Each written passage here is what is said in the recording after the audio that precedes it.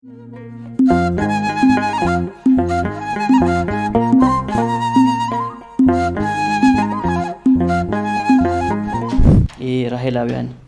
የመጽናናት አገልግሎት እንዴት ተጀመረ? ማቆየት አያስፈልግም የሚል ድምጽ እኔ ደግሞ ቆይቻለሁ። ማደንዘዣውን ሰውነቴ እንትን ብሎታልና ለማንቃት ትንሽ ቆይቻለሁ። ንገሯት ይላል። ውጫዊ ለሆነ ሰው አታውቂም ብሎ ሊያስብ ይችላል፣ ግን አንቺ ውስጥ የነበረ ነው። እኔ ያንን በፍጹም መስማት አልፈልግም ነበር። እኔ ስነቃ የምፈልገው የህፃን ድምጽ ነበር። ያ ህፃን በቃ እንዳጠባው የምፈልገው ህፃን ነበር። ሲጮ ማለት ራሴን አሳልፌ የሰጠውለት ህፃን አለ። ስለት ያረፈበት ገላይ ለሱ ህይወት ነው እና ያን ልጅ ፈልገው ነበርና ብዙ ሌሊቶችን ነው የተጠቀምኩት። እኔ እንደውም ለማልቀስ ማለት ለማልቀስ ኢቭን ማህበረሰቡ አይፈቅድም። ራሄል ስለ ልጆቿ አለቀሰች፣ መጽናናትም አልወደደችም። የሉም ኃይል። ምን አይነት ስራዎችን ለመስራት አስባችኋል እንደ ራሄላውያን? አላማው እንግዲህ አንዲት እናት በዚህ ሀዘን ውስጥ ስትገባ እንድትጽናና እኛ ምክንያት መሆን። እግዚአብሔር 9 ወር ሙሉ ሰርቶ ውብ አድርጎ የፈጠረው ህፃን፣ ያ ህፃን በተገቢው መልኩ መቀበር አለበት እና እኔ አሁን ይሄንን ነገር አጥቻለሁ። እስከምነቃ ያንን የኔን ጨቅላ አላገኘሁት። እስከምነቃ ተቀብሯል። ማለቅስበት ማልቀሻዬን ያጣሁት፣ እርሜን የማወጣበትን ነው ያጣሁት።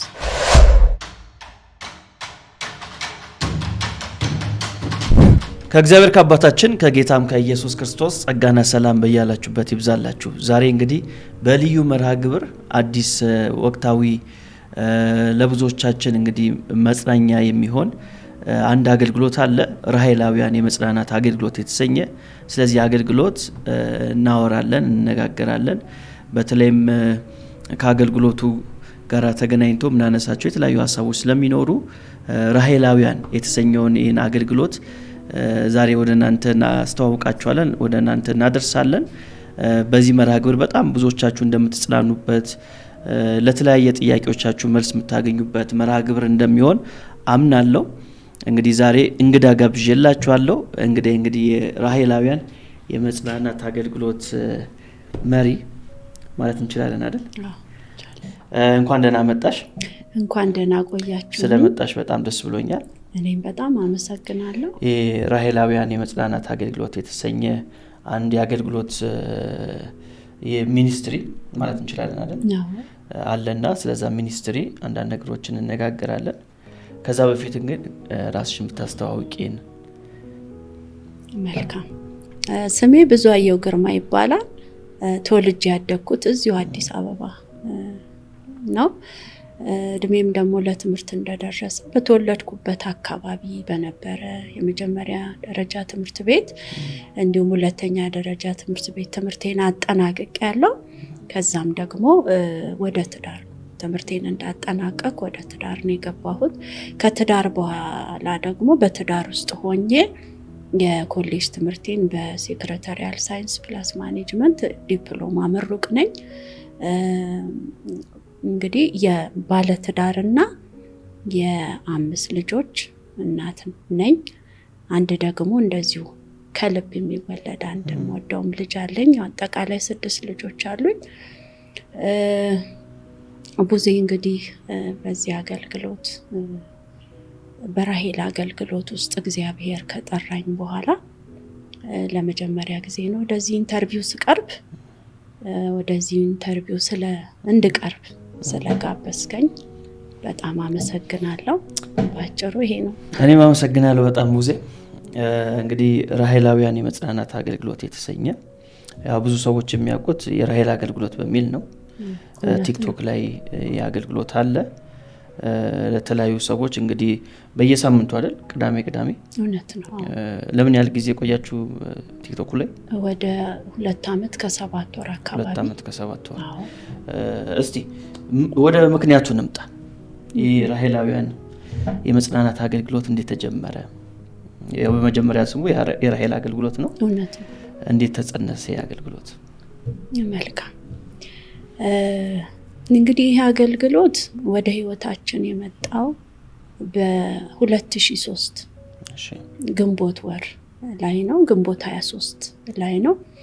14 ዓመት ሆኖታል ማለት ነው። እና ይሄ አገልግሎት እንዴት መጣ ከተባለ እኔ ያው ሁለተኛ ልጄን እርጉዝ ነበርኩኝ እና እርጉዝ ነበርኩ ደግሞ ትንሽም ጋፕ ነበረው ከመጀመሪያ ልጄ ጋራ እና በመስሪያ ቤታችን ውስጥ ራሱ እስቲ የት ትከታተል በሚል ውይይት ጥሩ ሆስፒታል መረጡ።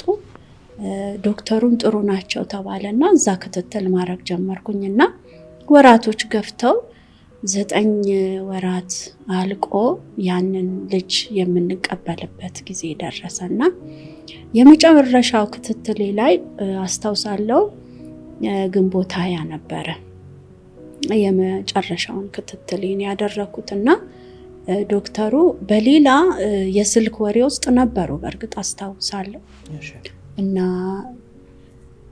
አዩኝ። አሁን ጥሩ ነው አሉኝ። አቀማመጡ ትክክል እንዳልሆነ የጽንሱ ተረድቼ ነበረ። መጀመሪያም ላይ ተነግሮኛል፣ ግን ይገለበጣል ብለው ዶክተሩ ራሳቸው ተስፋ ስለሰጡኝ እጠብቅ ነበረ ያንን እና የዛን ለታ እንዴት ነው አቀማመጡ አልኳቸው። ትክክል ሆኗል፣ አሁን ምጥ ሲመጣ ብቻ እናያለን። እሺ ብዬ ያንን ጊዜ መጠባበቅ ጀመርኩ። 3ኛው ቀን ላይ ማለት ነው ግንቦት 23 ላይ ቤት ውስጥ ማስታወስ የማልፈልገው ነገር ሆነ ማለት ነው። ልጁ ትክክለኛ አቀማመጥ ላይ አልነበረም። ከዚህ የተነሳ ደስ የማይል ነገር ሆነ። ከዛ ወዲያው ወደ ሕክምና ቦታው ተወሰድኩኝ እና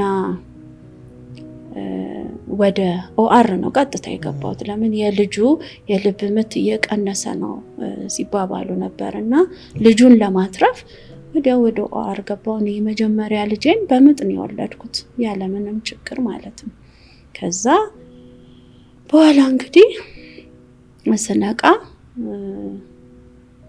ያው ጥሩ ያልሆነ ነገር ተከሰተ ማለት ነው። ንገሯት የሚል ድምፅ አስታውሳለሁ። አሁን ራሱ የዛን ድምፅ ጉልበት አስታውሳለሁ። ንገሯት፣ ማቆየት አያስፈልግም የሚል ድምፅ። እኔ ደግሞ ቆይቻለሁ፣ ማደንዘዣውን ሰውነቴ እንትን ብሎታልና ለመንቃት ትንሽ ቆይቻለሁ። ንገሯት ይላል። ከዛ የኔ ሰው በቃ ልጃችን እኮ የለም አለኝ ማለት ነው። እና በጣም ፔንፉል ነበር በወቅቱ፣ ከባድ ጊዜ ነበረ። እኔ ያንን በፍጹም መስማት አልፈልግም ነበር። እኔ ስነቃ የምፈልገው የህፃን ድምፅ ነበር። ያ ህፃን በቃ እንዳጠባው የምፈልገው ህፃን ነበረ። ሲጮ ማለት ራሴን አሳልፌ የሰጠውለት ህፃን አለ። ስለት ያረፈበት ገላይ ለሱ ህይወት ነው እና ያን ልጅ ፈልገው ነበረና ሌላ የዶክተሩንም ድምፅ ሰምቼ እኔ መስማት የምፈልገው የህፃኑን ጩኸት ነበር፣ የህፃኑን ለቅሶ። ንገሯት የሚለው የዶክተሩ ድምፅ ዶክተሩ ነው እንደዛ የሚለው? አዎ። ከዛ ትሄድ እንደዛ ሲለኝ በቃ በጣም አዘንኩ፣ ፊል አረኩ። ከባድ ነበረ፣ በተለይ ለእኔ ከቆይታ በኋላ ነው እና በጣም ከበደኝ። የሚገርም ነገር ደግሞ እዛው እኔ የወለድኩበት ክፍል ውስጥ ሌላ እናት ወልዳ መጣች። ልጇን ታቅፋለች። እሷ አስበው እኔ ያለሁበት ህይወትና እሷ ያለችበት እንትን በጣም የተራራቀ ነው እና በጣም በቃ አስቸጋሪ ጊዜ ታለፈና ወደ ቤት ገባን። ቤት በቃ በጣም ነበር ራሴን ጠላሁት። ምንም ነገር ነው ያስጠላኝ። መብላት፣ መጠጣት፣ ምንም ነገር ማለት ነው። የጸሎት ሴት ነኝ፣ ጸልያለሁ፣ በረከካለሁ። የዛን ወቅት ግን መንበርከክ እችላለሁ፣ ግን መጸለይ እንኳን አልቻልኩም እና ከባድ ጊዜ ነበረ። በረከካለሁ ግን አልጸልይም። አልቅሼ ነው የምነሳው። አምላኬን መጥራት አቃተኝ እና በኋላ ላይ እንደዚህ ያልኩ ማለት ማህበረሰቡም ደግሞ ሚል ነገር አለ።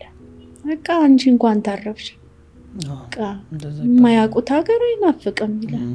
ላይችል አይሰጥም ቻዩ ይላል። በውስጠ ታዋቂ ቻዩ ይባላል። ግን አንዲት ሴት በተለይ ለሴት በተለይ ለእናቶች በጣም ከባድ እና ሌሊቶች ብዙ ሌሊቶችን ነው የተጠቀምኩት እኔ እንደውም ለማልቀስ ማለት ነው። ለማልቀስ ኢቭን ማህበረሰቡ አይፈቅድም እና ሌሊቶችን ህመምሽ እንድታወጪ ማልቀስ እንዴት ነው የታውቂዋለሽ እና ነው የምታለቅሽ። በቃ እንኳን አንቺ ደህና ሆንሽ ነገ ይወለዳል ነገ ሌላ ልጅ ይመጣል ይላል ሰው። እውነት ነው የሚሉት አባባሉ እኮ ልክ ነው። ግን በዛ ሰዓት ላለች እናት እንዴት ከባድ እንደሆነ እያዳመጥ ነው ሩጫውን እንቅስቃሴውን እያየን ለሱ ተብሎ ብዙ ነገሮችን ትተዋለች እናት። የምትበላውን የምትጠጣውን አተኛኘት ኢቭን ይናፍቃል እንደፈለጉ መተኛት ይናፍቃልና በዛ ሁሉ ውስጥ ታልፎ ያ ህፃን በቃ አልፎ እንደዚህ ያለ ሰው ነው እንጂ የማያውቀው አንቺ ታውቂዋለሽ ፊል ስለምታደርጊው በደንብ እሱ ነው አሁን ትልቁ ችግር ብዬ ማስበው። ውጫዊ የሆነ ሰው 9 ወር የነበረውን ፕሮሰስ አያውቅም። ግን አንቺ በዛ ፕሮሰስ ስላለፍሽ ብዙዎቻችን ማንረዳው ነገር እሱ ነው። ውጫዊ ለሆነ ሰው አታውቂውም ብሎ ሊያስብ ይችላል። ግን አንቺ ውስጥ የነበረ ነው እና እሱን ነው ብዙዎቻችን ማስተካከል ያለብን ብዬ ማስበው። ስለዚህ እሱ ነው እንደመነሻ የሆነው። በዛ ሂደት ውስጥ እያለው ያው እግዚአብሔር መልካም አይደል? እውነት ነው። የሚያጽናናውን በቃሉ እና ይሄ ቃል መጣ። ኤርምያስ 31 ላይ ያለው ቃል፣ ማቴዎስ ደግሞ ምዕራፍ 2 ላይ ያለው ቃል ወደ ውስጥ የመጣ የሆነ ቀን እና ተንበርክኬ ነበርና ራሔል ስለ ልጆቿ አለቀሰች፣ መጽናናትም አልወደደችም የሉምና ይላል። ከዛ በቃ እሱን ቃል ብቻ ይዤ ነው የተነሳሁት የዛን ቀን። እንደገናም ደጋግሞ ይሄ ቃል ወደ ውስጤ ይመጣ ነበር። ከዛ እግዚአብሔር ምን ሊለኝ ፈለገ፣ በዚህ ውስጥ ምንድን ነው ሊለኝ የፈለገው ወደሚል ሀሳብ መጣሁ። እዛ የሆነ ቀን ደግሞ እንደዚሁ በዝማሬ ይሄ ቃል መጣ በዝማሬ። ከዛ መዝሙሩን እየዘመርኩት ይህ ነገር ተደጋገመ አልኩኝና ለባለቤቴ አካፈልኩት። ይህ ቃል ወደ ውስጤ መጥቷልና በጣም ውስጤን ይዞታል ብዬ አካፈልኩት። ከዛ እሱም እንጸልይበታለን፣ እንደገናም ደግሞ በጽሁፍ መያዝ ያለበትን ነገር በጽሁፍ እንያዘው አለኝ ማለት ነው። ከዛ በዛ አገልግሎት ሮብ ቀን መጸለይ ጀመርን። በዛ አገልግሎት ዙሪያ እንደዚህ በሚፈጠረው ሁኔታ ውስጥ የምትሰማቸው ጥሩ ያልሆኑ ነገሮች አሉ። ያንን ማድረግ ጀመርን። ስቲል ግን እስከዛ ሰዓት መጽናናቱ አልተጨበጠም። በቃ የሆነ ሀዘን አለ። ሰው በመጣ አንተን ሊያይ በመጣ ቁጥር አለቅሳለሁ፣ በጣም አለቅስ ነበረ እና አንዳንድም ሰው ደግሞ ጥሩ ማለት የሚያጽናና ነው የሚመስለው፣ ግን ሀዘን የሚያባብስ ነገር ይናገራል። የነሱ ፍላጎት እኔ እንድጽናናላቸው ነው፣ ክፉ አይደለም። ግን መጽሐፍ ቅዱስ ላይ እንደተጻፈው ነው። በቃ ራሔል ስለ ልጆቿ አለቀሰች፣ መጽናናት አልወደደችም የሉምና የሚለው ቃል ነው በቃ የራሔልን ሀዘን የሚገልጸው። እንደውም እዛ ኤርምያስ 31 ላይ ስታየው በቃ ልጆችሽ ይመጣሉ። በምርኮ ነው የተወሰዱባት ያቺ እዛ ጋ ያለችው ራሔል በምርኮ ልጆቿን ያጣች ናትና እግዚአብሔር ታይ ይላታል። ታይ ልጆችሽ እኮ ይመጣሉ፣ ከምርኮ ተመልሰው ይመጣሉ፣ እንደዚህ መሆን የለብሽም ይላታል እግዚአብሔር እዛ ጋ በኤርምያስ በኩል ማለት ነው። እዚህ ማቴዎስ ላይ ስትመጣ ግን በቃ ምንም ያንን ቃል ከመጥቀስ ውጪ ሌላ ሀረግ አታገኝም፣ ሌላ አረፍተ ነገር አታገኝም እና በጣም በሀዘን የሚጎዱበት ጊዜ ነው በተለይ እናቶች። እና ከዛ የተነሳ ከባለቤቴም ጋር እንደዛ ካልን በኋላ ያንን ጸሐፊው ባላይ መሰረት እዚህ ጋር ያለውን ያን ወቅት ነው እንግዲህ ጽፌ ያዘጋጀሁት። ልክ የዛን ወቅት ማለት ነው። በደንብ በተደራጀ መንገድ ነው ያዘጋጀሽው? ያው እንደዚህ ጽፌ አዘጋጀው ማለት ምን መሆን አለበት፣ እንዴት ነው አገልግሎቱ፣ አላማውም አለ። አላማውን እስቲ ተወሰነ ነገር በኝ ስለ አላማው። አላማው እንግዲህ አንዲት እናት በዚህ ሀዘን ውስጥ ስትገባ እንድትጽናና እኛ ምክንያት መሆን ነው። በኢትዮጵያ ምድር ሀገራዊ ነው ይሄ አገልግሎት። በኢትዮጵያ ምድር ያሉ እናቶች በየትኛውም ደረጃ ሊሆን ይችላል ልጆቻቸውን ያጡት። የተለያየ ደረጃ አለው አይደል? ልጆች ለምሳሌ በጽንስ ወቅት የሚሞቱብን ህጻናቶች አሉ፣ ልጆች አሉ። እሱ ጭንገፋ የምንለው ማለት ነው። በወሊድ ወቅት ደግሞ አለ።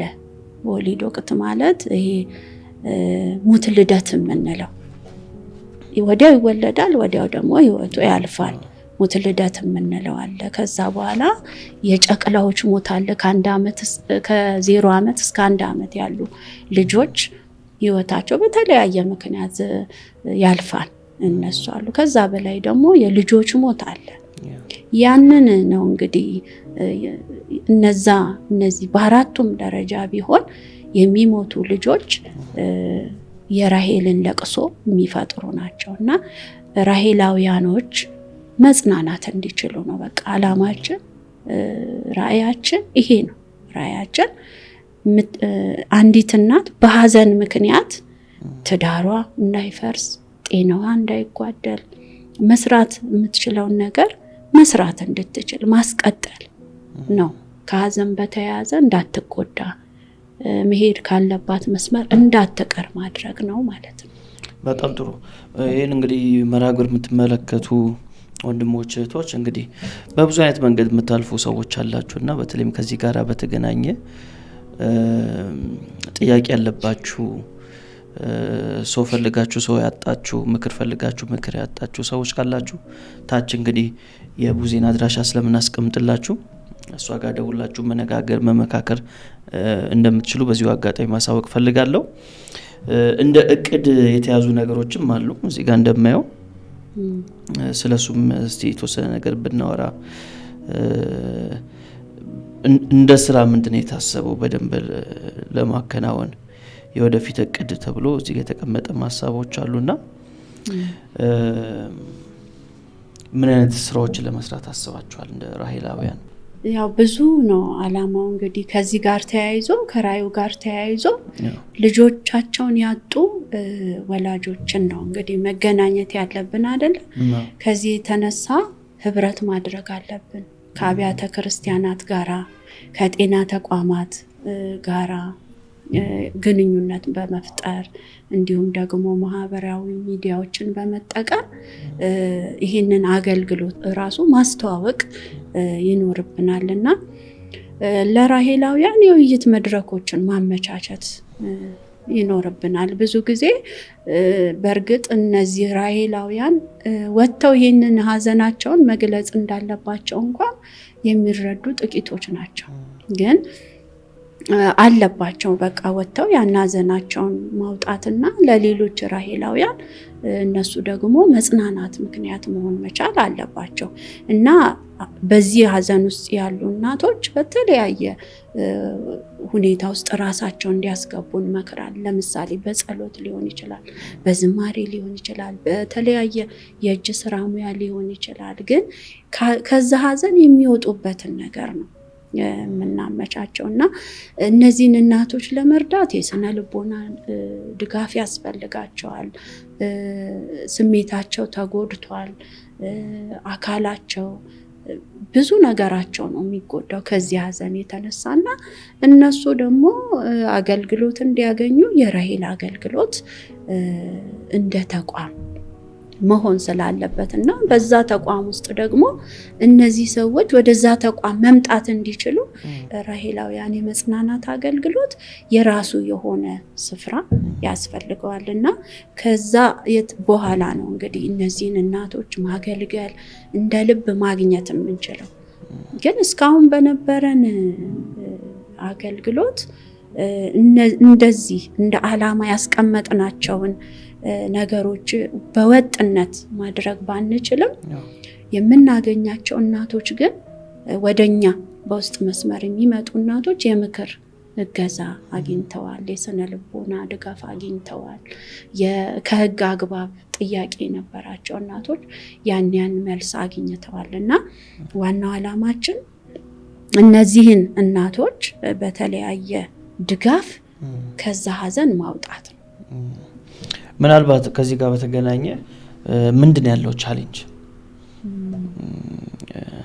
አንዳንዱም ቅድም ስታጫውችኝ ነበርና ፍቃደኛ ለመሆን ሀዘኑን ይዞ ቁጭ ማለት ይህም ቻሌንጅ ይሆናል ብዬ አስባለሁ።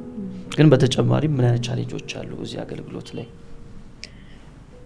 ዋናው ቻሌንጅ ማህበረሰቡ እንደዚህ አይነት ነገር ሲፈጠር ለራሄል ይሄ አይነት ችግር ሲፈጠርባት እሷን ከመርዳትና ከሀዘኗ የምትወጣበትን መንገድ ከማመቻቸት ይልቅ እንዴት ተፈጠረ ነገሩ፣ ለምንድን ነው የተፈጠረው? በኃጢአታቸው ነው ወይስ ዶክተሩ ምን አድርጎ ነው? እሷ ምን አድርጋ ነው? ይሄን አድርጋ ነው? በምንድን ነው የተፈጠረው የሚለው ላይ ነው ትኩረት የሚደረገው። ማህበረሰቡ ጋር ያለ ችግር ነው የምነግርህ። ያ ሲሆን ሀዘኑ ወደ ጎን ይተዋል። ይቺ እናት ይሄንን ሀዘን የደረሰባትን ነገር ሳይሆን የተባለችውን የምትባለውን ነገር ነው የምታስቡ። ለምን ማህበረሰቡ መጥቶ እንዴት ነው ብሎ እሷ የምትናገረውን ነገር ነው የሚጠብቀው። እሷ ደግሞ ያን በተናገረች ሰዓት ሀዘኗ በጣም እየጨመረ ነው የሚመጣው። በእርግጥ የሚሏት ነገር አለ ከዛ ጋር ተያይዞ። ስለዚህ ያንን ሀዘን እየተባባሰ ነው የሚሄደው። ትገለላለች። አንዳንድ እናቶች እኔ እንኳን ማውቃቸው አሉ በዚህ ህይወት ውስጥ ያለፉና ልክ ይሄ ነገር ሀፕን ሲያደርግባቸው ሌላ ቦታ ሄደው ያንን ሁኔታ አሳልፈው ምንም እንዳልተፈጠረ ወደ ቤታቸው ይመለሳሉ። በጣም ከባድ ነው። ግን ያው ሀዘኑ ውስጣቸው ነው ያለው። አካባቢ በመቀየር የሚለወጥ ነገር በመሸሽ የሚለወጥ ነገር የለም። ግን ምንድነው የሸሹት ብለን ስናይ ማህበረሰቡን የሸሹት፣ በዙሪያ ያለውን ሰው ነው የሸሹትና ይሄንን ሽሽት ያመጣው ማህበረሰቡ ለውጥ ያስፈልገዋል። ግንዛቤውን ማግኘት አለበት። ለምንድን ነው የሆነባት ሳይሆን በቃ ከጎኗ በመሆን ሀዘኗ እንድትወጣ ሀዘኗን ከሷ በቃ እንዲቀልላት ሲጀመር ሀዘኑ ይወጣል ማለት ራሱ እንደዚህ በዛ ሁኔታ ውስጥ ከባድ ነው። ግን በቃ አለኝ ሰው ማለት እንድትችል በቃ ሰው ወደ ጎን ሳይል የሚገርመው ነገር ከማህበረሰቡ አኳያ መናገር የምፈልገው በቃ የሚያድገውን ይስጥሽ እንደዚህ የሚሉ አባባሎች አሉ። አሁን የመጨረሻ ልጇስ ቢሆን ያ ከዛ በኋላ መውለድ የማትችል ብትሆንስ የምናጽናናበትን ቃል ራሱ መምረጥ አስፈላጊ እና ማህበረሰቡ ከሌላው ጥያቄ ይልቅ ከጎኗ መሆንን መምረጥ አለበት። ትልቁም ማጽናናት እሱ ይመስለኛል። በሀዘን ጊዜ አብሮ መሆን ራሱ አብሮነትን መስጠት ትልቁ የማጽናናት መንገድ አንዱ ነው ብዬ አስባለሁ። ምክንያቱም በዛ ቦታ ላይ ሰዎቹ ያው ለማጽናናት የሚጠቀሟቸው ቃላቶች አሉ። ያው ኢንቴንሽናቸው ለመጉዳት አይደለም፣ ግን ባለማወቅ ሰዎችን ልንጎዳ እንችላለን። አንዳንድ የምንጠቀማቸው ቃላቶች እዛ ላይ ማስተዋል በጣም የሚያስፈልጋል። እንግዲህ ብዙም እንደዚህ ነገሮች ስላልተለመደኝ ሀገር ላይ እሱ አንዱ ትልቅ ቻሌንጅ ነው ብዬ አስባለሁ። እና አንዱም እንግዲህ ይሄ አገልግሎት እዚህ ላይ እንደሚሰራ እናስባለን። ምክንያቱም የሰው አስተሳሰብ ከተቀየረ ብዙ ለውጦች መምጣት ይቻላል። እንደነዚህ አይነት ነገሮች እንደዚህ አይነት ኬዞች ደግሞ ብዙ ጊዜ አደባባይ ላይ ወጥቶ አይነገርም። ሰው እዛው ይዘውት ቁጭ ይላል፣ በውስጡ ይዘውት ቁጭ ይላል እና መፍትሄ እንዲመጣ ማውራት አለብን፣ መነጋገር አለብን። ሌላስ እንደ ቻሌንጅ የምታስቢው ነገር አለ ከዚህም ውጭ? ሌላው ራሄል ራሷ ያስፈልጋታል ማለት ሀዘኑን እንደ ሀዘን ራሷ ታውቀዋለች። ነገር ግን ሌሎች ሰዎች እንደ ሀዘን እንዲቆጥሩት እሷ ተጽዕኖ መፍጠር መቻል አለባት። ሀዘኗን ይዛ ሌላ ቦታ አሳልፋ ወደ ቤቷ የምትመለስበት ምንም ምክንያት የለም። ቤቷ ውስጥ ነው ማሳለፍ ያለባት አይደለች እናት። ሀዘኗን ደግሞ ለሌላው ለመግለጽ አሁን ባትፈቅድ እንኳን በቃ ዛሬ ብቻዬን መሆን ነው የምፈልገው የሚሉ አይነት በቃ ለሷ ምቹ የሆነውን ሁኔታ ማድረግ በቤቷ ትችላለች። የቅርቧን ሰዎች ያጽናኑኝ የምትላቸውን ማቅረብ። አሁን በእኛ ማህበረሰብ ብዙ ሰው በዛ ወቅት ይጎርፋል። በዛ ወቅት ግን ሰው አንፈልግም። ሁኔታውን አብላልተን መቀበል ራሱ ባልቻልንበት ሰዓት ሰው አንፈልግም እና አሁን እንደዚህ ቢሆን ብላ ራሷን መግለጽ መቻል አለባት። ራሷን ገልጻ ከህመሟ ለማገገም የራሷ በቃ ይሄ ቢሆን የምትለውን ነገር ማድረግ መቻል አለባት። በራሄል ዙሪያ ሌላ የተፈጠረባትን ነገር ከመንፈሳዊው ዓለም ጋራ ማያያዝና በቃ እግዚአብሔር ትቶይ ነው የሚል ሁኔታ ውስጥ ነው የምትገባው። እኔም ስለገባው በቃ አሳልፎ ሰጥቶኛል ማለት ነው፣ በቃ እግዚአብሔር ትቶይ ነው ማለት ነው ይሄ ሆነው የሚል መንፈሳዊ በቃ ፍጭት ከአምላክ ጋር የመራቅ ነገር ውስጥ ትገባለች። ግን እኔ እንደተናገርኩት እግዚአብሔር ከሀዘኔ ቆም ያደረገኝ ከቃሉ የተነሳ ራሄል ስለ ልጆቿ አለቀሰች፣ መጽናናት አልወደደች የሉምና በሚለው ቃል ነው እግዚአብሔር ያጽናናኝ። መንፈሳዊው ዓለም ነው ይህንን ሀዘን እንደውም በደንብ እውቅና የሰጠልን እግዚአብሔር። በቃ መጽናናት አትችልም፣ ለምን ልጆቿ እኮ የሉም በቃ ብሎ 4 ነጥብ አድርጎ መጽናናታችን ሰዎች ከሚያደርጉት እንቅስቃሴ፣ ሰዎች ከሚሰጡን ስጦታ፣ ከሚያደርጉልን ነገር ያለፈ እግዚአብሔር ራሱ ነው ይሄንን ሀዘን በደንብ በቃ ሊያበረታን የሚችለው። ቆም ያደረገኝ እግዚአብሔር ነው በቃሉ ማለት ነው። ተጽናናው ስል እንደገና ወደ ሀዘን ስመለስ ነበር። ግን እግዚአብሔር ያንን ቃል ወደ እኔ ሲያመጣ ቀጥ አልኩ፣ በቃ ቆም አልኩ ማለት ሀዘኑ እንዳለ ግን ከሆነ ነገር ጋር ሆነ፣ ከቃሉ ጋር ሆነ ሀዘኑ። አሁን ቃሉን በማሰብ ውስጥ በመበርታት ውስጥ ሆነ እና ራሄል ራሷን መግለጥ አለባት። ሀዘኗን የምታወጣበትን መንገድ ማመቻቸት አለባት። አለበለዚያ ከሀዘኗ ጋር ረጅም ጊዜ ታሳልፋለች ማለት ነው።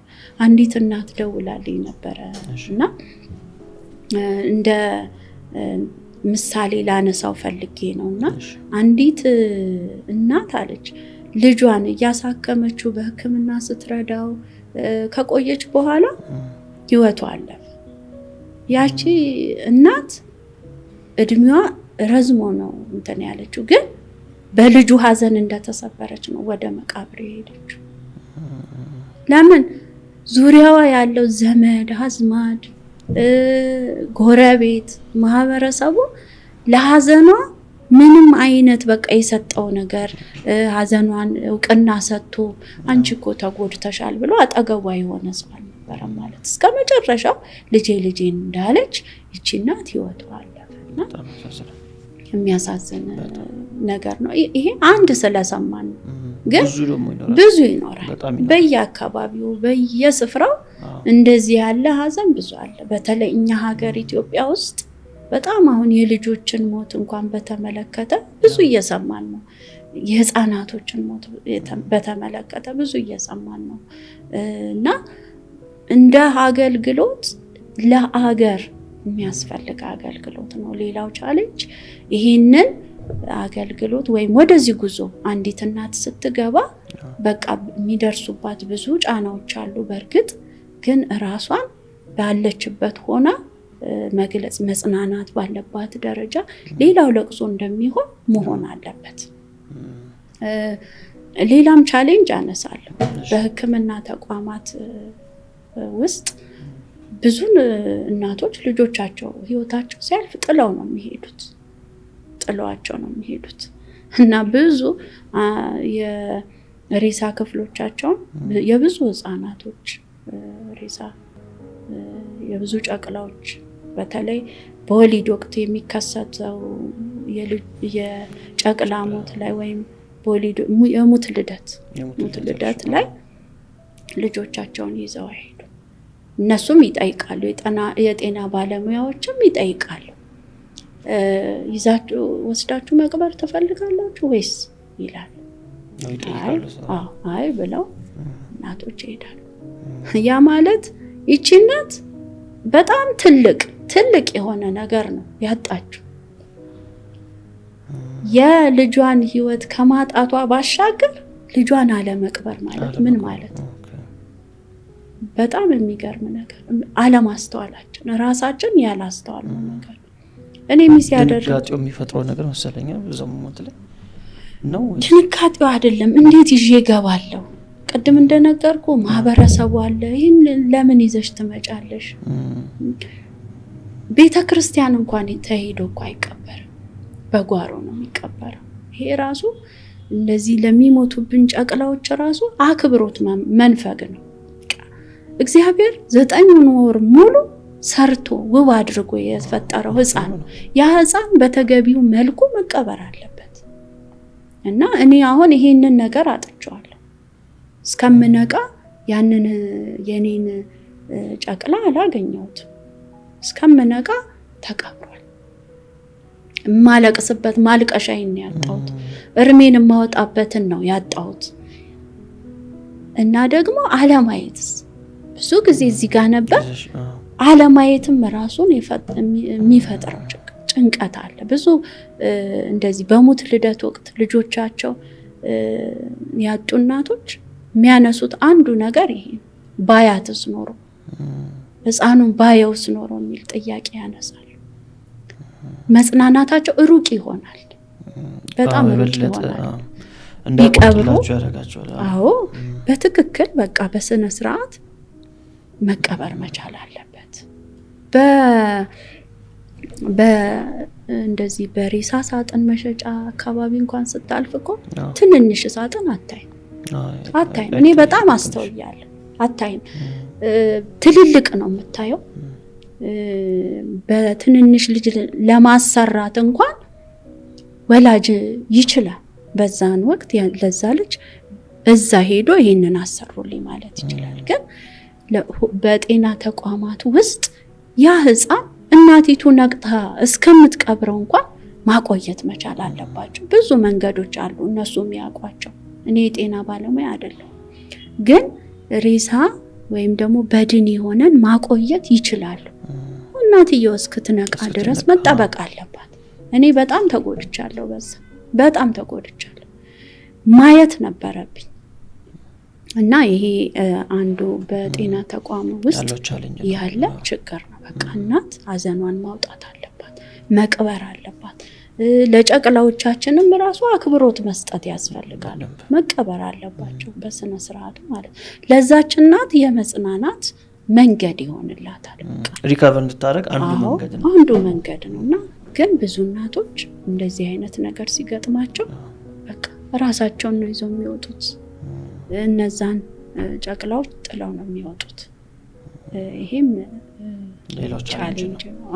ማህበረሰቡ እውቅና ቢሰጠው ጤና ተቋምም ውስጥ ቤተክርስቲያንም ውስጥ ስለሱ የተወሰነ ነገር ንገሪኝ። በተለይ ስለ ቤተክርስቲያን አንስተሻልና አሁን እንግዲህ ከዛ የነገር አፕን ካደረገ ጀምሮ እንግዲህ በዚህ አገልግሎት ላይ አለሽ፣ በአንድ በሌላ መንገድ ትሰሚያለሽ እና ቤተክርስቲያን ለዚህ ነገር የሰጠችው ቦታ እስከምን ድረስ ነው?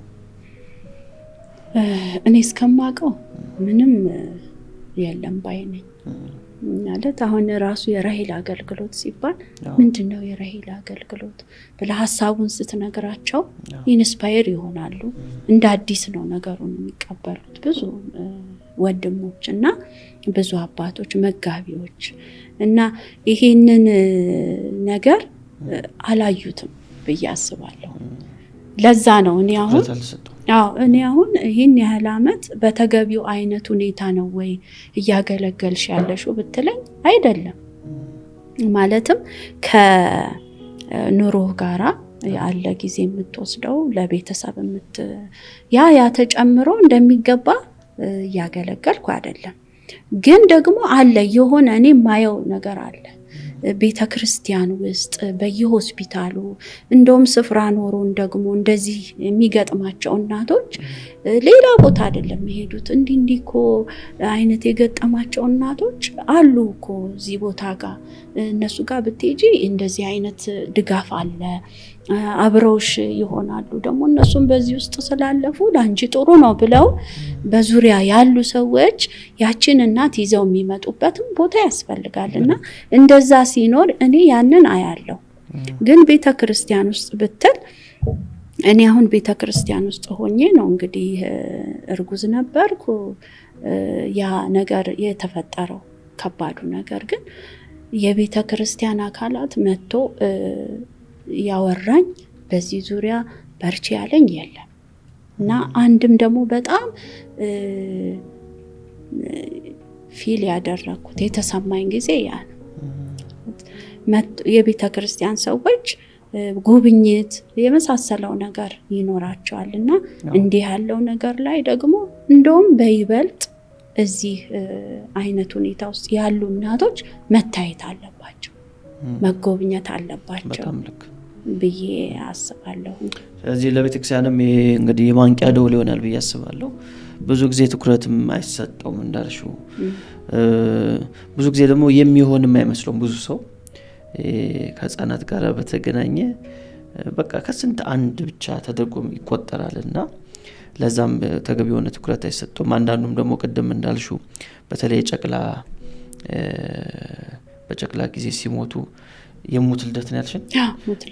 በዛ ጊዜ ደግሞ ሲሆን ቅድም ያልሽው ነገር አለ አታውቂውም ብሎ ሰው ስለሚያስብ ፔን ይኖራል ብሎ ብዙ ሰው አያስብም።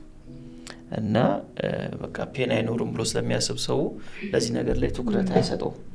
እና ቤተክርስቲያን በዚህ ጉዳይ ላይ ማገልገል አለባት፣ ብዙ ስራ መስራት አለባት። ምክንያቱም የቤተክርስቲያንም አንዱ እኮ አገልግሎት ሰውን ማጽናናት ነው አይደል?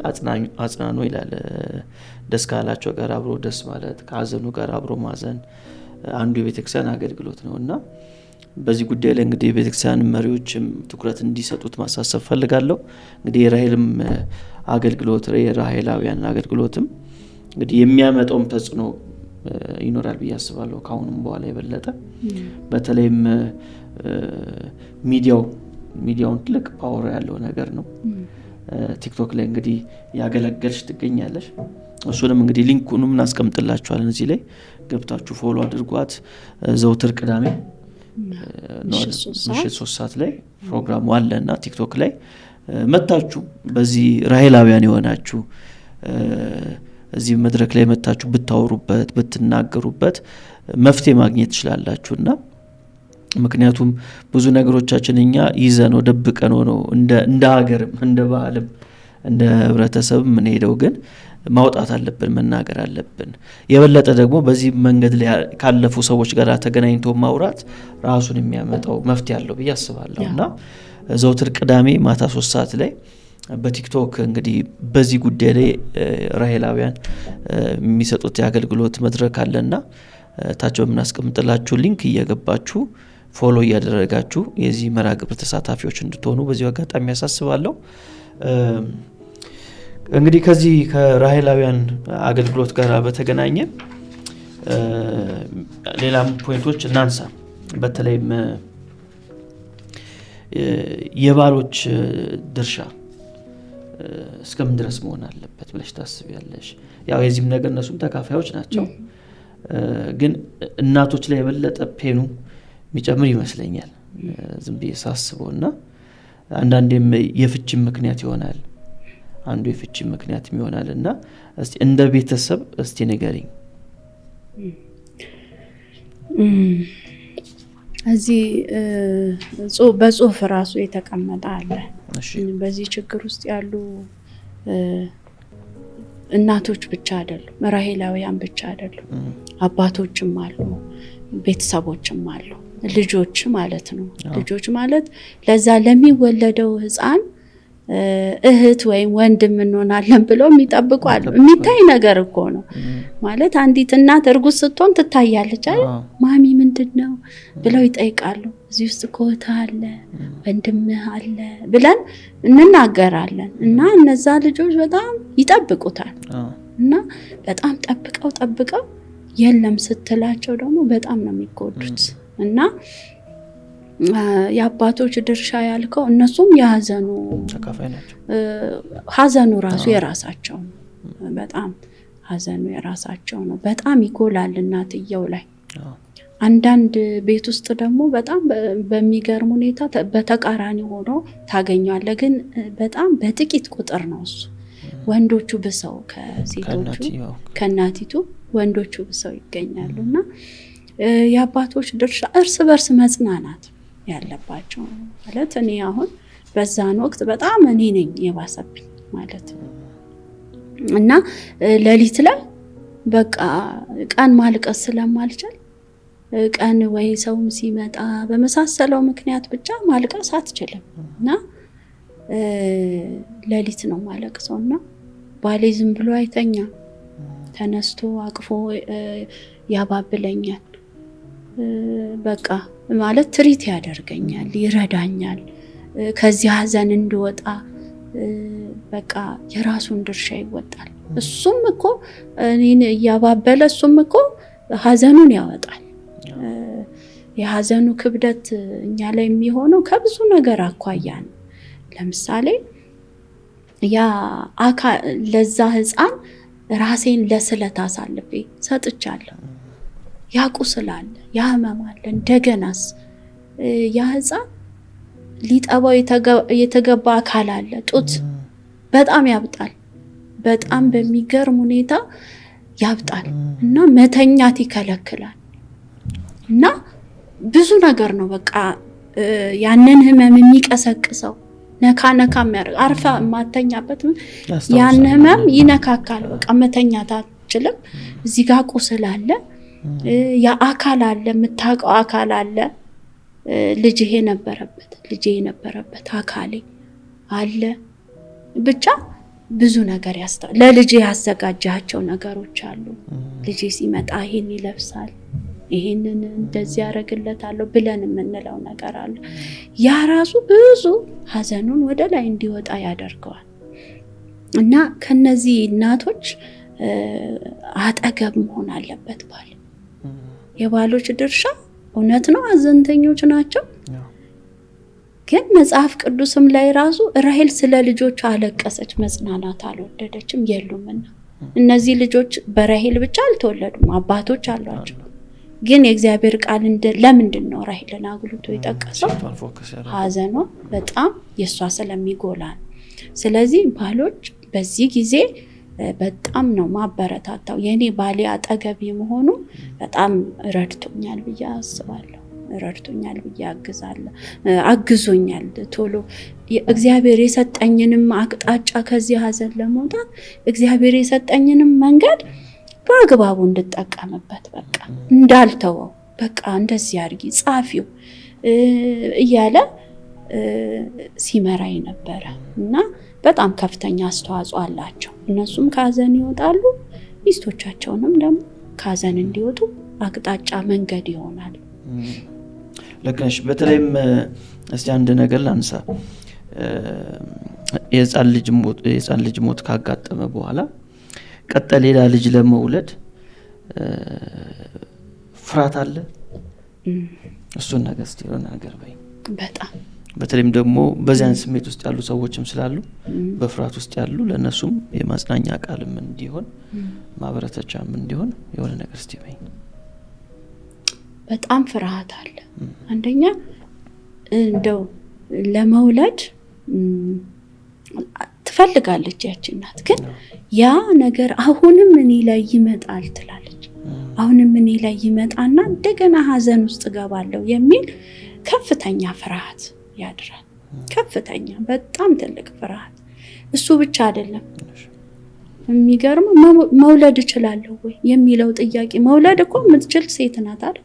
እኔ አሁን መውለድ የምችል ሴት ነኝ። ግን ከዛ በኋላ መውለድ ራሱ የምችል አልመሰለኝም። ማለት የሆነ ነገር አብሮ በቃ ከዛኛው ህፃኔ ጋር እንደተቀበረ አብሮ እንደሄደ ነው ማስብ። እና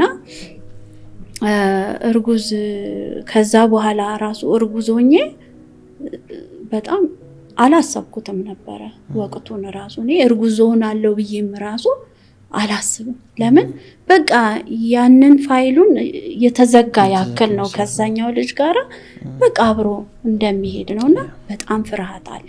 በጣም የሚገርም ጥያቄ ነው ያነሳው። ፍርሃት አለ። እወልዳለሁ አልወልድም የሚል ራሱ አእምሮን ብጥብጥ የሚያደርግ ራሱ ጥያቄ አለ እና በጣም ፍርሃት አለ። እርጉዝ ሆኜ ራሱ ለክትትሉ ተሳቀናል። የት ሆስፒታል እናርግ ደግሞ አንድ ብቻ ቦታ መሆን አለበት ወይስ በሚሉ ለቦታ ነበር ራሱ ቀጣዩ ክትትል ማለት ነው። ፍርሃቱ ስላለ ፍርሃቱ አለ። እዛ ጋር የተመታው የመጀመሪያው ስላለ ልክ ነሽ። ምንድነው አቅም ሊሆን የሚችለው በዚህ ጊዜ ውስጥ? በዚህ ጊዜ ውስጥ ይሄ ሕክምናውን ማየት አስፈላጊ ነው። እኔ ወደ ሕክምናውም አልሄድኩም። በእርግጥ ግን ይሄ ጥበብን ሰጥቷል አይደል እግዚአብሔር ለጤና ባለሙያዎች። ስለዚህ አንዲት እናት በዚህ ፍርሃት ውስጥ ስትሆን ሄዳ ሙሉ ምርመራ ማድረግ ትችላለች። ሪሊፍ ይሰጣታል። አሃ መውለድ እችላለሁ ለካ ብላ ማሰብ ትችላለች። ከዛም በኋላ ደግሞ እርጉዝ ስትሆን ፍርሃቱ እንዳያይልባት በቃ ክትትሏን በደንብ ጠበቅ አድርጋ ከመጀመሪያው ጀምሮ ክትትሏን ማድረግ የመሳሰለውን ነገር እንደዛ ማድረግ አለባት። ከምንም በላይ ግን እኔ እንደ መንፈሳዊ ሴት በጣም ጸሎትን አበረታታለሁ። ከመውለድም በፊት በእርግዝናም ሰዓት ከወለዱም በኋላ እስከ መጨረሻው ነው። ያው እናት አንዲት እናት ልጆቿን መጀመሪያ ልውለድ ብላ ታስባለች አይደል? ከዛ በልቧ ነው የምታስበው። ከዛ እርጉዝ ስትሆን ወደ ታች ይወርዳል ያ። ከዛ በኋላ ግን ስትወልደው ወደ ቅፏ ብቻ አይደለም የሚመጣው፣ ተመልሶ ራሷ ውስጥ ይገባል። ስለ ልጇ ነው የምታስበው። ልጄ በላ ጠጣ የሚለው ጭንቀት እኮ አሁን አንተ ትልቅ ነህ፣ እናት ግን ስቲል ታስባለች። በላ ጠጣ ገባ ወጣ ትላለች። እና እንደዛ ትልቅ አገላለጥ ነው። ከአይምሮ ተመልሶ ወደ አይምሮ በጣም የሚገርም አገላለጽ ነው። እንግዲህ ከአገልግሎት ጋር በተገናኘ እንግዲህ አርማ አለና ያው ሚኒስትሪም ሲሆን እንደዛ መሆን ስላለበት እያየሁት ነውና አርማውን እስቲ የተወሰነ ገለጻ ስጭን። አርማው የሆነ በአእምሮ የምንስለው ነገር አለ አይደል? ስለ አንድ ነገር ስናስብ እና አርማ ያስፈልገዋል ይሄ አገልግሎት ብዬ ሳስብ ቆየሁኝና የሆነ ቀን ማለዳ ላይ ነው ተነስቼ ሳልኩ። ይችኑ አርማዋን ሳልኳት ማለት ነው። ራስሽን ያዘጋጀሽ? ራሴ ነኝ ሳልኳት። እና የመጀመሪያ ልጄ ነው በሆነ መንገድ እንደዚህ አሁን ጥርድት ያለ ሴት ህፃናቶቹም እንደዚህ ኢትዮጵያም እንደዛ ያደረጋት እና የመጀመሪያዋ በእጄ ነው ሳልኳት። በዚህቹ መጠናት አንዲት አጎንብሳ የምታለቅስ ሴት ትታያለች። ኢትዮጵያ ውስጥ ነው ባንዲራውም እንዲኖር እነዛም ደግሞ ህፃናቶቹ የለቅሷ ምክንያት ስለሆኑ እነሱንም የሚያሳይ አርማ ሳልኩኝ። አንድ ቀን ማለዳ ነው የሳልኩት። የአርትም ሰው ነሽ፣ ስዕልም እንደምትስይ ሰምቻለሁ እና ግጥምም ትገጥማለች እና ጌታ በብዙ መንገድ ነው ጸጋ ያብዛልሽ። ጌታ ስሙ የተመሰገነ ይሁን። እስቲ በስተመጨረሻ ማስተላለፍ የምትፈልጊው መልእክት ካለ ደግሞ ስለሚኖር መልእክትሽን አስተላልፊ። መልእክት አለኝ ከራሄል አገልግሎት ወይም ደግሞ ራሄላውያን የመጽናናት አገልግሎት ከሚባለው መልእክት አለኝ። ያ መልእክት ምንድነው? በጤና ተቋማት ውስጥ ያሉ ባለሙያዎች እጅግ አብዝተው ለህፃናቶች እንደሚጠነቀቁ አውቃለሁ። ግን ሆኖም አንድ ችግር ሲፈጠር ወይም ደግሞ ሞት ልደትም ሊሆን ይችላል፣ ጭንገፋም ሊሆን ይችላል፣ የልጅ ሞት የመሳሰለው ነገር ሲፈጠር መጀመሪያ አይዞሽ የሚለው የማጽናናት ንግግር ከነሱ ቢጀምር ብዬ ይህንን ማሳሰብ መልእክት ማስተላለፍ እፈልጋለሁ። ከነሱ ነው መጀመሪያ መምጣት ያለበት። እንደውም ያሳለፈችውን ስቃይ ራሳቸው ያለፈባትን ፈተና በአይናቸው አይተውታል። ከዛ በኋላ ግን ምንም ያ የሆነው ታሪክ የተፈጠረው ታሪክ ምንም እንዳልነበረ ሲሆንባት ለዛችና የመጀመሪያው የማጽናናት ድምጽ ከነሱ መውጣት አለበት ብዬ አምናለሁ።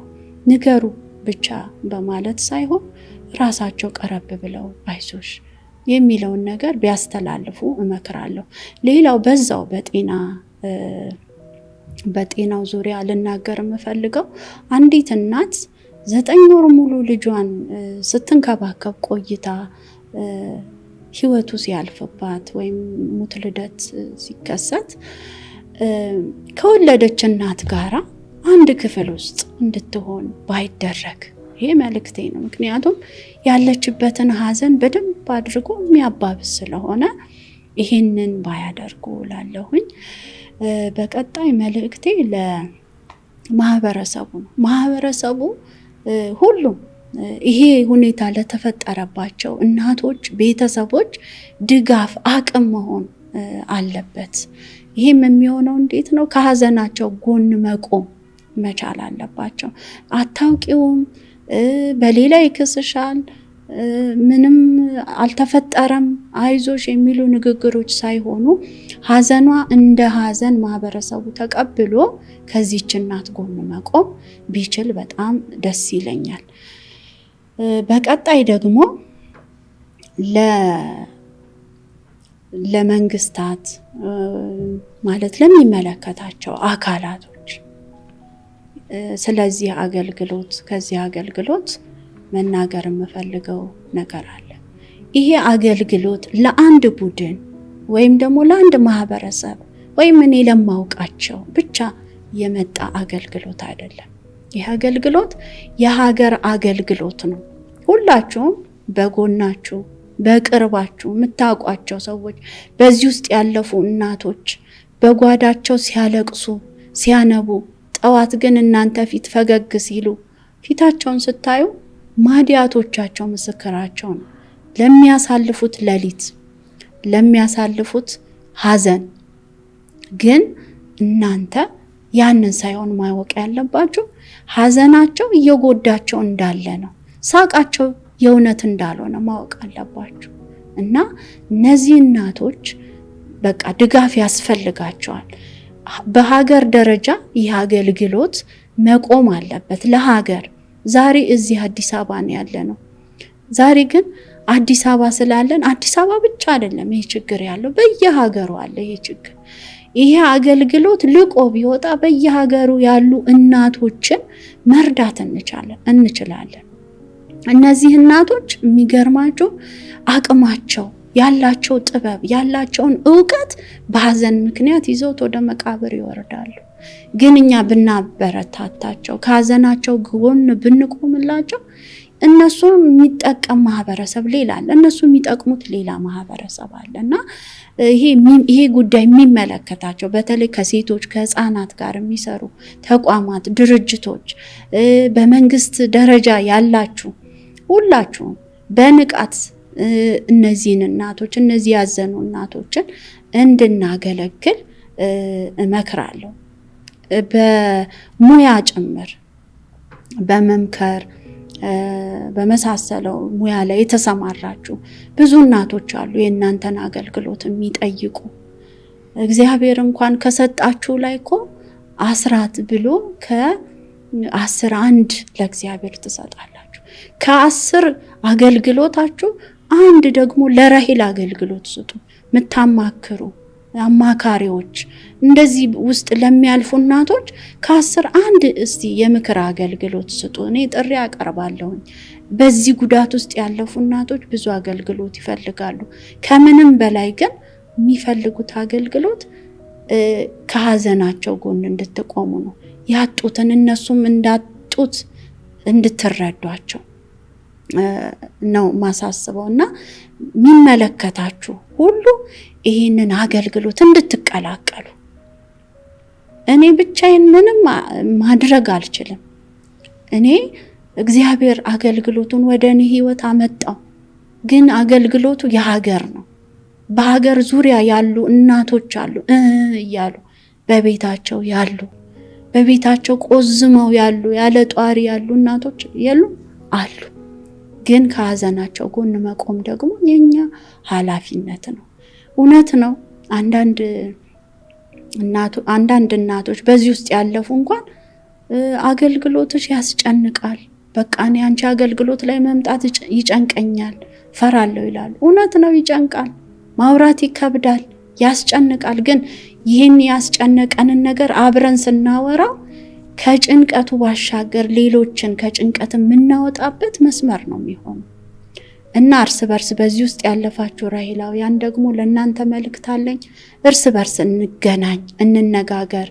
ልጥፍ የምታጋሩ እናቶች አላችሁ። ልጄ ከሞተ 1 ዓመት ሆነው 6 ወር ሆነው እንዴት ልቻለው የምትሉ ከሀዘናችሁ ጋር እንዳላችሁ ነው መልእክታችሁ የሚያሳውቀኝ ለኔ። ግን ደግሞ አብረን እንሁን፣ ከኛ ጋር ህብረት ፍጠሩ። በራሔላውያን አገልግሎት ውስጥ ብዙ የታሰበ ነገር አለ። ነገር ግን እናንተ የአገልግሎቱ አካላት እንኳን ሩቅ ናችሁ። ደውላችሁልኝ ከሆነ ጊዜ በኋላ መልሳችሁ ማደውሉ አላችሁ። በገጠመኝ ሁኔታ ነው የማወራውና በተለያየ ሁኔታ ውስጥ ያላችሁ በሀዘን የትኛውም ጊዜ ላይ ቢሆን ልጆቻችሁን ያጣችሁ እናቶች በውስጥ መስመር አግኙን፣ አገልግሎታችንን ተሳተፉ። ቅዳሜን ስለ ራሔል የተሰኘ አገልግሎት ከራሔላውያን የመጽናናት አገልግሎት እየተዘጋጀ ይቀርባል። ቅዳሜ ምሽት 3 ሰዓት ላይ ግን እዛም ላይቭ ላይ ራሱ አትመጡ። እናንተ እናቶች ከእናንተ ጋር ማውራት እንፈልጋለን። የተጽናናችሁበትን መንገድ ለሌሎች እናቶች ማካፈል ከእናንተ ይጠበቃል እና በብዙ አበረታታችኋለሁ እንድትመጡ። እኛም ከእናንተ ጋር አብረነን በእናንተ መንገድ ውስጥ ስላለፍን ማለት ነው። ሌላ ያው በዚህ አገልግሎት ውስጥ ይሄ አገልግሎት እንዲሄድ ብዙ የተሳተፉ ሰዎች አሉ። አስቀድሜ በዚህ የራሔል ጉዞ ውስጥ ሳልፍ ደከመኝ ሳትል ሩቅ መንገድ እየተጓዘች ከእህቷ ጋራ እየመጣች ስትጎበኘኝ የነበረች አለች አንዲት እህት። አበራሽ፣ በጣም ላከብርሽ እፈልጋለሁ። በዚህ አገልግሎት ውስጥ በእኔ ልብ ውስጥ ትልቅ ስፍራ አለሽ። ሌሎች ያላደረጉትን ነገር ነው ግንዛቤው በሌለበት ጊዜ ከዛሬ 14 ዓመት በፊት ነው ይህንን ያደረግሽው። እህትሽንም አንቺንም በጣም ላመሰግን ወዳለሁ። ተባረኩ። አሁን ደግሞ አራሶች ናችሁ። የመጀመሪያ ልጅሽን ወልደሻል። መልካም የአራስነት ጊዜ ይሁንልሽ። ላንቺም ለእህትሽም ይሄን እመኛለሁኝ። ይሄ አገልግሎት ደግሞ ወደ ሚዲያው እንዲመጣ ወደ ማህበራዊ ገጾች መገለጥ በዛ ውስጥ መገለጥ እንዲችል በጣም ታበረታታኝ ለነበረች ደግሞ ለአፊ በጣም ቴንኪው ማለት ፈልጋለሁ። እንዲሁም ደግሞ ስታፎች በአጠቃላይ በመስሪያ ቤት ውስጥ ያሉ አሁን ከኔ ጋር የሌሉ ወጥተውም ያሉ ለዚህ አገልግሎት ጥሩ አመለካከት አላቸው። ጥሩ ያበረታቱኛል፣ አብረውኝ ናቸው። እንዲሁም ደግሞ በራሔል ጉዞ ውስጥ አልፋ ከጎኔ ሆና አብረን እያገለገልን ያለች እህት አለች። እግዚአብሔር አምላክ ይባርክሽ ማለት ፈልጋለሁ። ከጎኔ ደግሞ በመሆን የዚህ አገልግሎት አጋር ነው ባለቤቴ። እሱንም አመሰግናለሁ። ወደ ሚዲያው ደግሞ ከመጣው በኋላ እንደዚህ 14ኛ ዓመት በዓላችንን ማለትም የራሔልን አገልግሎት 14ኛ ዓመት ያጣነውን ልጅ 14ኛ ዓመት ልደት ማለት ነው። እሱን ሳይሆን ያከበርነው የዚህን አገልግሎት ልደት አክብረናል። በዚህ ውስጥ በእውነት ብዙ ወንድሞች ተሳትፋችሁ አብራችሁ የነበራችሁ በጣም ደስ ብሎኛል። ያ ጊዜ በጣም አስደስቶኛል። በጣም አመሰግናለሁ። ወደዚህ ደግሞ እንድመጣ ስላደረከኝና ሀሳቤን እንደ መጀመሪያም ቢሆን ያለኝን ጥቂቱን ሀሳቤን ወደ ሚዲያው እንዲወጣ ስላደረክ በጣም ሜሎስ አመሰግናለሁ። እግዚአብሔር ይባርክ።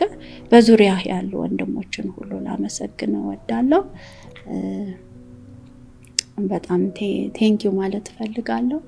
ወንድሜንም አመሰግናለሁ። ተባረክልኝ እና በጣም ቴንኪው። እግዚአብሔር ይባርካችሁ። አሜን አሜን። ቡዜ ጸጋ ይብዛልሽ። ምናልባት በዚህ ጉዳይ ላይ የጻፍሽው ነገር አለ? ግጥም ምናምን ነገር አለ? 2 መዝሙሮች አሉ አሉ አሉ። ያው መጀመሪያ ይሄ እንትኑ ሲመጣልኝ ራእዩ ከመጣ በኋላ እንትን ያለ ማለት የመጣው መዝሙር ራሔል ተጽናኝ ባክሽ ምንም እንኳን ቢከብድ ሀዘንሽ የሚል ስንኝ የቋጠርኩበት ነው።